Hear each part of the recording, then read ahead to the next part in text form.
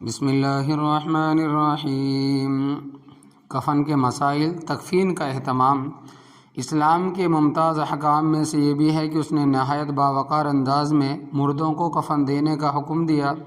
نبی کریم صلی اللہ علیہ وسلم کا ارشاد ہے کہ اذا ولی احدکم اخاہ فلیحسن کفنہ، تم میں سے جو شخص اپنے بھائی کا ذمہ دار ہو اسے چاہیے کہ اس کے کفن کا بہتر انتظام کرے۔ نیز باحادیث میں مردے کو کفن دینے والے کے لیے بڑی فضیلتیں وارد ہوئی ہے۔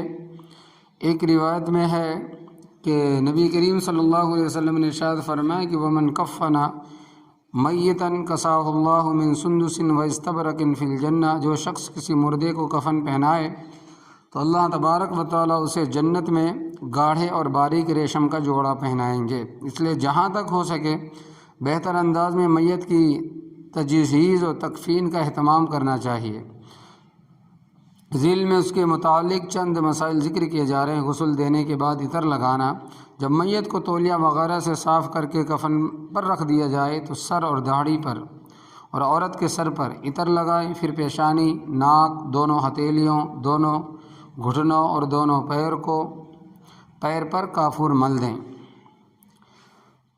تجہیز و تکفین فرض کفایہ ہے۔ غسل دینا، کفن دینا، نماز پڑھنا اور دفن کرنا یہ سب فرض کفایہ ہے، یعنی اگر چند لوگ بھی ان امور کو انجام دے دیں تو سب کے ذمے سے فرض ساقط ہو جائے گا، ختم ہو جائے گا، اور اگر کوئی بھی ان امور کو، ان کام کو انجام نہ دے تو سب کے سب گنہگار ہوں گے۔ کفن کیسا ہو؟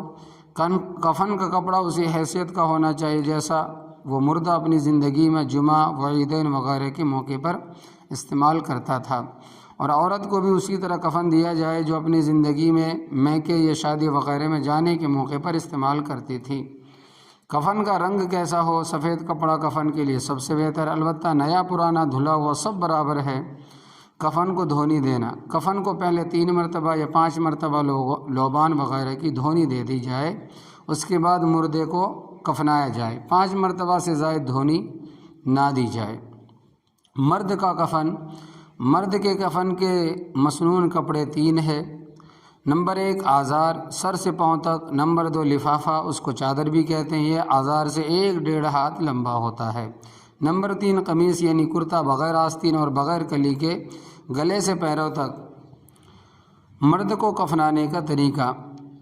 کفنانے کا طریقہ یہ ہے کہ چارپائی پر پہلے لفافہ بچھا دے، پھر آزار، اس کے بعد کرتا، پھر مردے کو اس پر لے جا کر پہلے کرتا پہنائے، پھر آزار لپیٹ دے، اس طرح کہ پہلے بائیں طرف لپیٹا جائے پھر دائیں طرف تاکہ داہنی طرف اوپر رہے، پھر چادر لپیٹے پہلے بائیں طرف پھر دائیں طرف، پھر کسی پٹی وغیرہ سے پیروں اور سر اور کمر کے پاس کفن کو باندھ دیں تاکہ راستے میں کھل نہ جائے۔